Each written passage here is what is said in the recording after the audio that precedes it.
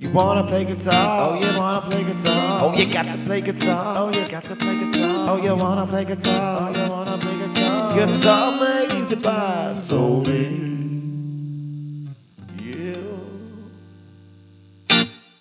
So does this sound familiar? You've been playing online for a while, you're doing great, you're making real progress, you're liking what you're hearing from your guitar. You can play some scales, you can play some cool chords, and now you're ready to jam. You got on your phone, you find some music buddies, you know, who play instruments, and you arrange to meet up and jam. Then come jamming time, you know, you get your guitars up, you get comfortable. Let's jam! Yeah, let's jam!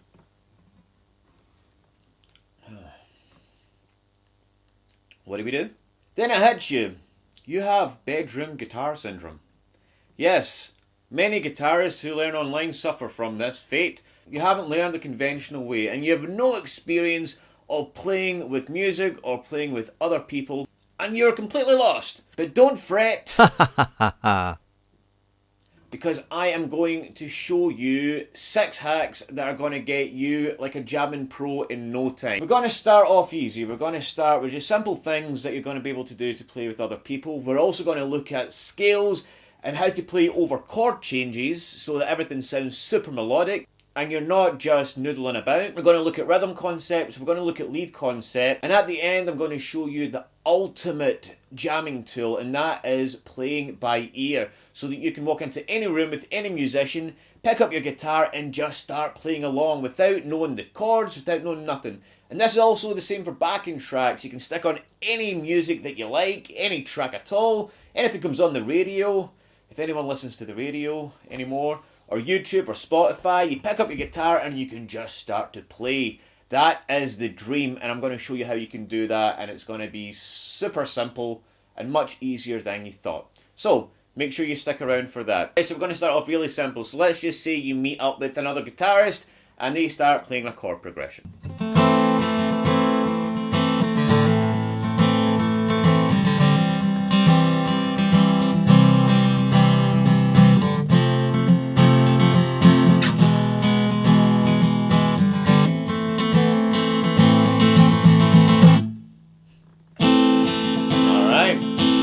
So identify the chords that they're playing and then try and do something a little bit different over the top of it. So maybe just a simple picking pattern, for example.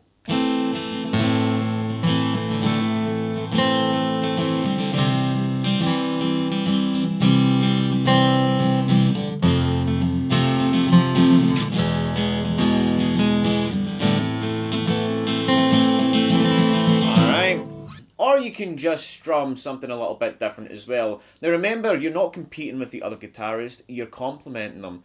You're creating music together. It's not about competing or outplaying the other person, it's about working together to create some music. Alright, so always remember that when you're jamming, alright? So, simple, right?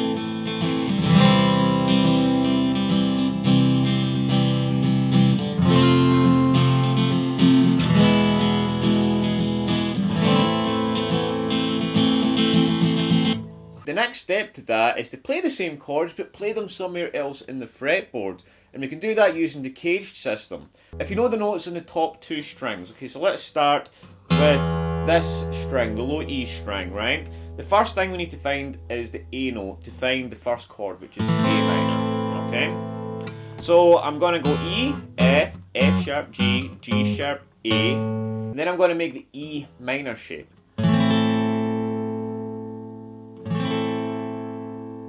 So I'm going to continue along the low E string to find the next chord, which is a C. Okay, the C note here is in the 8th fret, and I'm going to use the E major shape to create my C chord. And then I'm going to find my next chord, which is an F. But this time I'm going to use the A string, alright? And if I find the F on the A string, it's over here, and I'm going to use the A shape, and then the E is here, so that's just 1 fret back, and then back to my A minor. So let's try those chords over the top. We'll keep it nice and simple and just do something a little bit different rhythmically.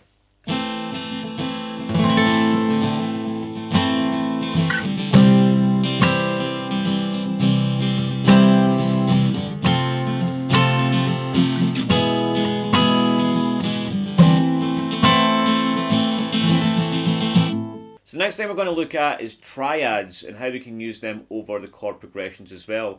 Now triads are really nice, they've got really nice tones that complement any chord progression, and they're just simple 3-note inversions of any chord, alright. So let's look at the triad shapes we're going to use for the chord progression. So we've got A minor, we're going to use the D minor shape down here. Now the way to find your triads, again knowing the notes on the fretboard, if you can find, for the D minor shape, we know this is the D note, right? B, C, C sharp, D. If we can find the A note, which is in the 10th fret, and make the D minor shape, we've got an A minor triad.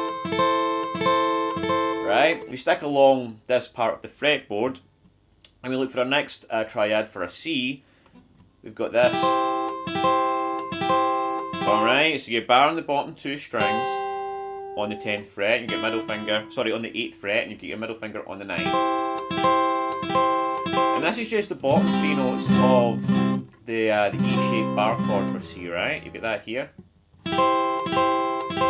Alright, now the next triad is an F, okay? So we have this shape here, which is 8, 10, 10, right?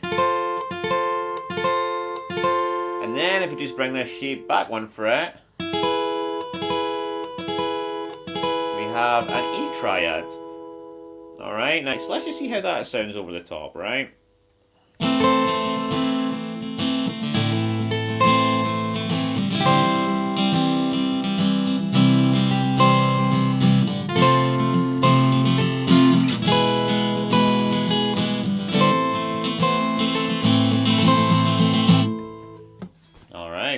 So the next step is using those triad shapes for lead guitar, alright? Now this is a great way to play in line with the chord progression as well, alright? So you're actually playing over the chord changes, so things sound a lot more melodic than just playing aimlessly with scales, for example, alright? So, what I mean by that is if you take these triad shapes, A minor, right? And you just look at the notes individually, right? Rather than together as a chord.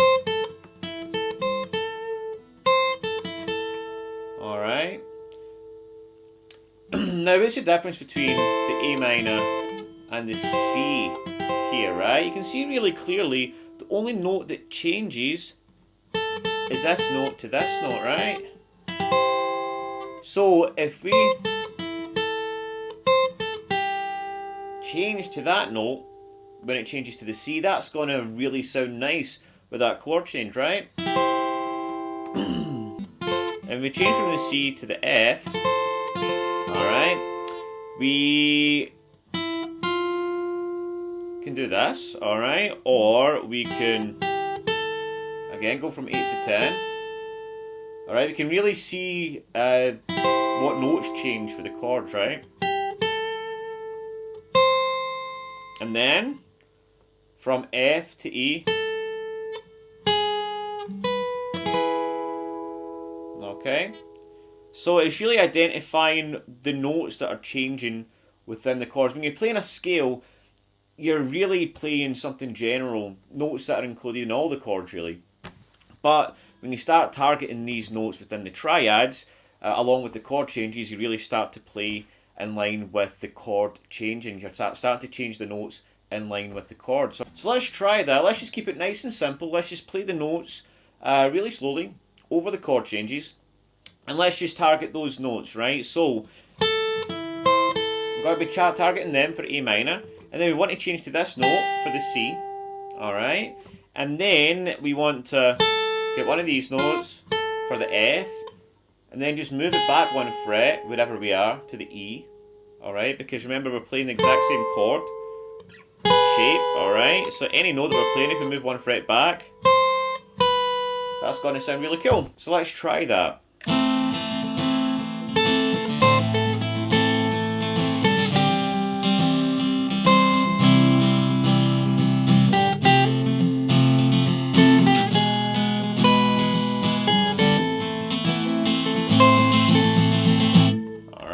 The next step is actually using scales, alright? Now, you can identify the key that we're playing in, right? Because the main chord is an A minor.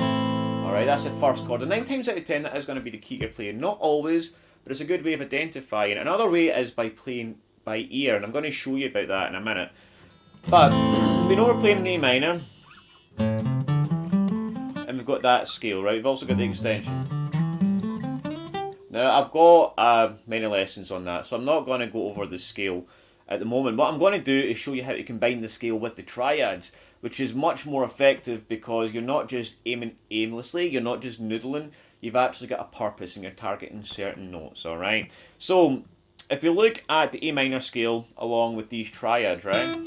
On our doorstep, we've got, right?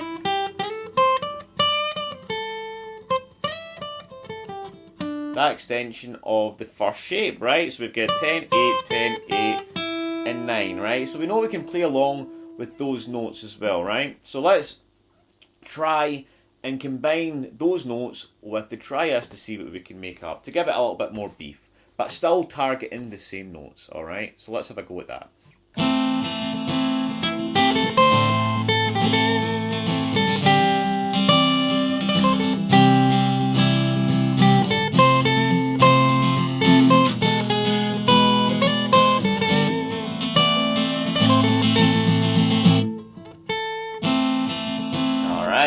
So the next step that we're going to look at is to actually play by ear. So let's just say you meet up with some musicians and they're already playing something, you want to pick up your guitar and you want to start jamming along, alright? And that's entirely possible without even knowing the chords. Or let's just say you stick on some music or a backing track and you might be able to just play along with it right away. And I'm going to show you exactly how to do that. So I'm going to create another track here and then we're going to learn how to play it by ear. So what we're going to do is we're going to listen to the track that I've just created. Then we're going to play the notes on the top string and try and use our ear to figure out what note resonates with everything, right? With everything that we're hearing. Okay, so it might take a little bit of time, a little bit of practice, but this is really great training and such a useful tool. So let's play the track. We'll start with the open string.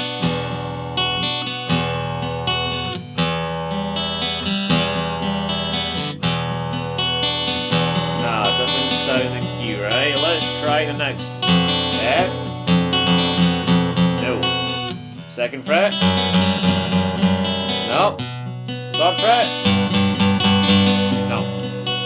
Fourth fret. Fifth fret. Sixth fret. Seventh.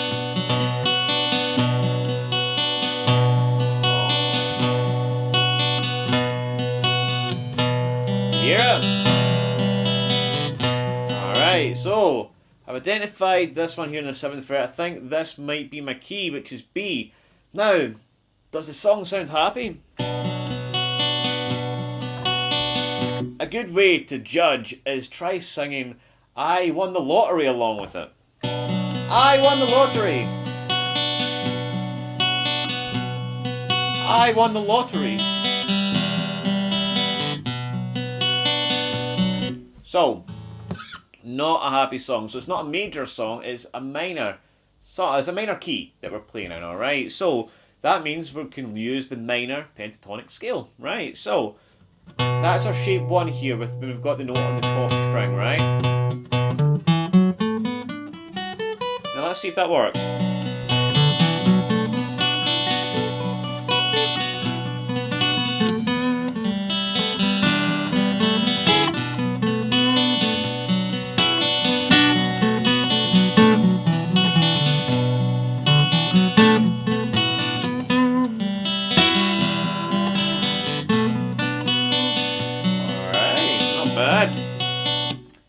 There we go, we've identified the key, we've identified the scale we can use, and then we can use the shape 1, and then we've also got the extension of that, right?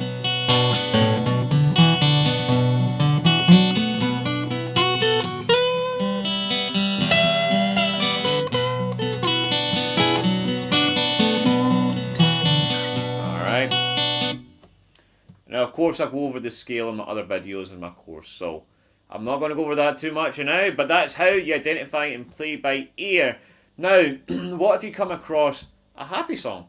So I'm going to go over that in a second. I'm going to record something here real quick so you don't know what it is, and we're going to find the key for that. Okay, so I'm going to do the exact same thing. I'm going to play the track I've just recorded a nice little chilled out happy beat. And then we're going to find out the key, right? By doing the exact same thing. Alright? No.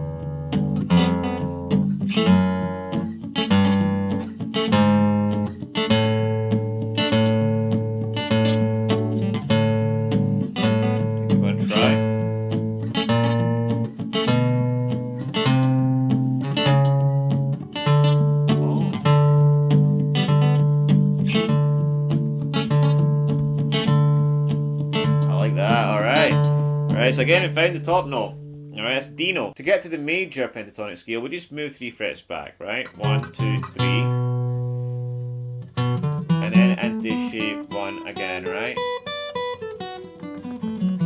But that's the B minor pentatonic scale, you might be thinking. And it is, because I'm targeting the B note here. We really want to start with the D note. Alright, now the D note, which is the key we're in, they share the same notes, right? Every minor has a major twin you can think of. And it really depends on what note you target within the scale. So for the major notes, we want to get a pinky, our index finger on the G string, on the 7th fret, right? And then the D note here is again with our pinky on the 10th fret, right? So,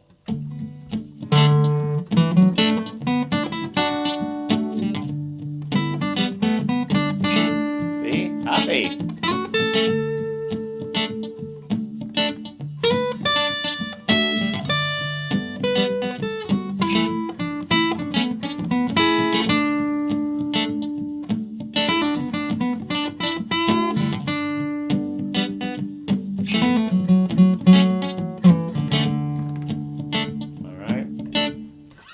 There you go. So that is it. That is all the steps. That's all the hacks that are going to help you jam with anyone in any situation. So I hope you enjoyed that. Please let me know in the comments. If you did, give it a thumbs up because that always makes me smile. Alright guys, take it easy and I will see you soon in my next lesson.